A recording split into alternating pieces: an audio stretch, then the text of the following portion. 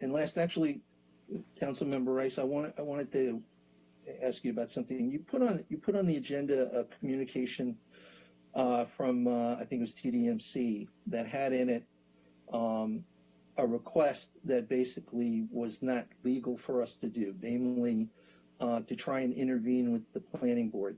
I had a question for you. Did you check with legal counsel as to whether or not that was something that we could do?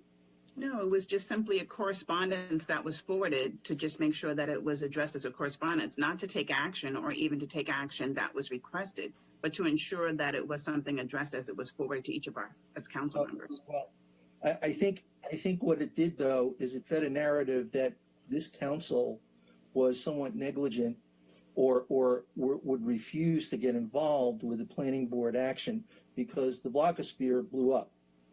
And a lot of people were saying that, well, we didn't do our jobs or whatever.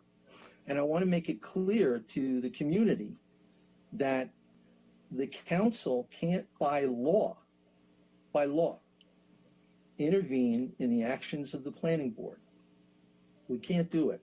So while you may not be happy with the actions of the planning board at any space or time, we cannot intervene on those actions. And I think legal counsel went over it at that meeting and stated clearly that the redressing of any issue there has to do with going to Superior Court, I think is where they went. So I wanted to make sure people understood that this council was not refusing to do something. It can't do something, okay?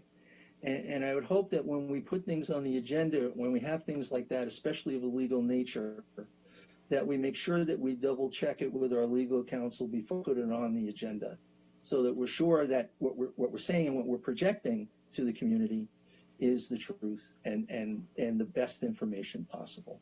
And I think that that's a wonderful opportunity to do such by making sure that we addressed in full transparency a question as such, and it gave the attorney the opportunity to bring up that point and address that point. Right, but I think what would have served not only the council but the community better is if you did that before you put it on the agenda, because then everyone would have the correct information, and we could have moved forward and made sure that people understood that we could not. I was a little concerned at the light that it's shown on this council that we apparently pulled away from something that we could do that we couldn't do. So it's all about process, and I know other members of the council avail themselves to John all the time. I just want to make sure that this is done so that we don't, in some ways, misinform the public. Well, sure. This was a letter that each council member received, so I'm sure that every council member had the same opportunity to, and I believe it should have been forwarded to John as well, to ensure that it was an opportunity to address a concern of the community, as was forwarded. Well, the community was addressing a concern, and I have no problem. I don't think anybody here has a problem with community coming to us to express a concern. But when I hear them wanting us to do something that isn't legal, that we cannot do, and I know that you know that because you've been on the council longer than I have, that I don't think it serves the public any good to go down the road and having them all upset over something that we didn't do when we couldn't do it. I completely understand the need to tell us when they think something's wrong. Absolutely, I expect that. We hear it all the time. But I want to make sure that they have the right information from us at all times. That's all I'm saying, okay? Committee report.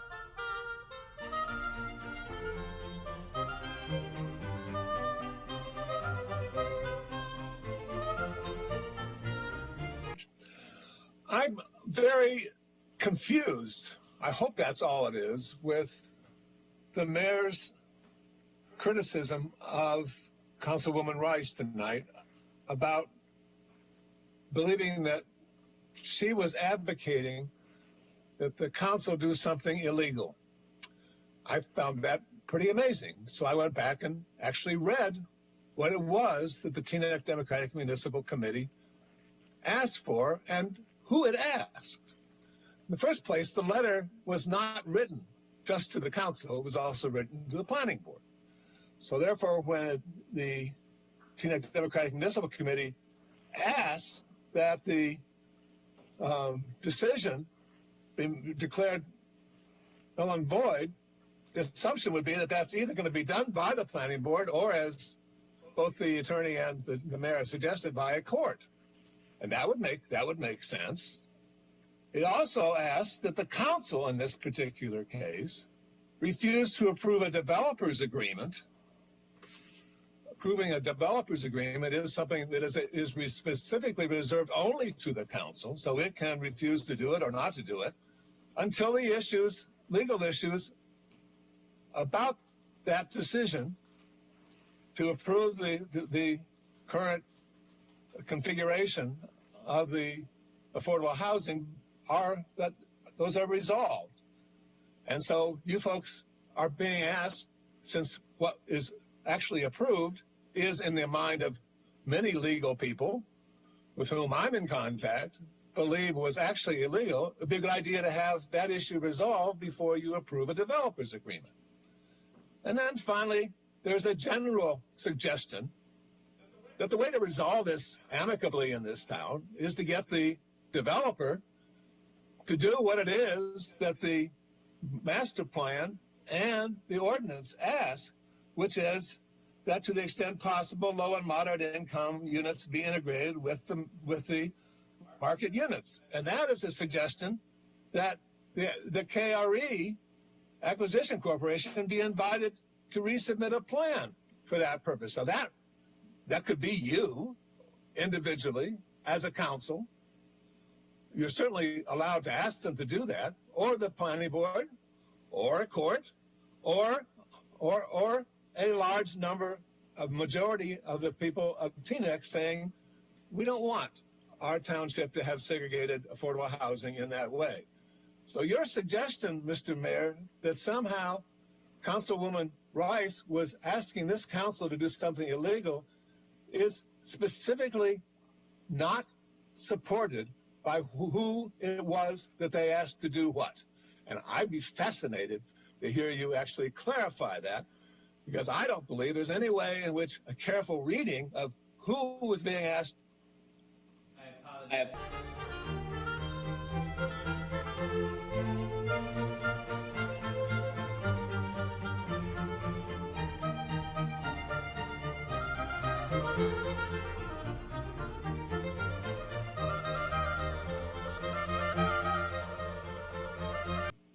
It was shameless to hear Mayor Dunleavy mansplaining to Councilwoman Rice that there was some sort of defect in the TDMC resolution. The Township Council is asked to take no action. The resolution states that the Township Council of the Township of Teaneck shall refuse to approve a developer's agreement with KRE Acquisition Corp. Until the legal issues related to housing integration are resolved. Council, do nothing. Don't take action. If the planning board refuses to fix the illegal action, the Township Council should refuse to approve a developer's agreement that doesn't comply with the law, that implements segregation of affordable housing. This is a violation that was caused by a failure of the planning board and can be fixed by the planning board. Mr. Mayor, the Township Code specifies in Section 213 that the mayor, quote, shall sit as the Class 1 member of the planning board. In 292, the Class 1 member is defined as the mayor. Statute 4055D23 allows a mayoral designee in the absence of the mayor, not simply if he doesn't show up. Mr. Dunleavy, stop mansplaining and do your job. Show up at the planning board meeting and make it clear that this illegal segregation will not stand, or demonstrate that you are as much a part of the problem as your two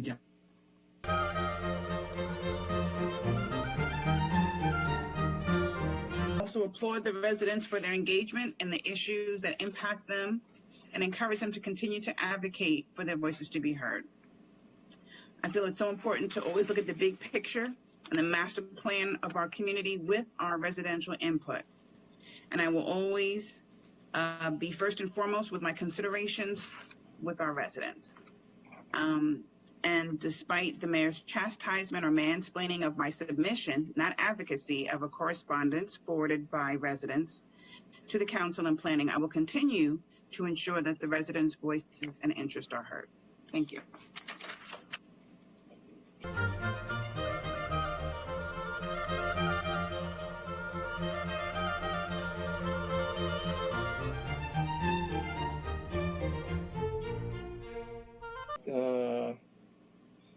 Dr. Powers and Allen and I guess Councilmember Rice. Look, we all have to have an inherent trust amongst ourselves to get the job done. And when I see situations where people bring items to this council in a way that they're not explained and they're just kind of hanging out there.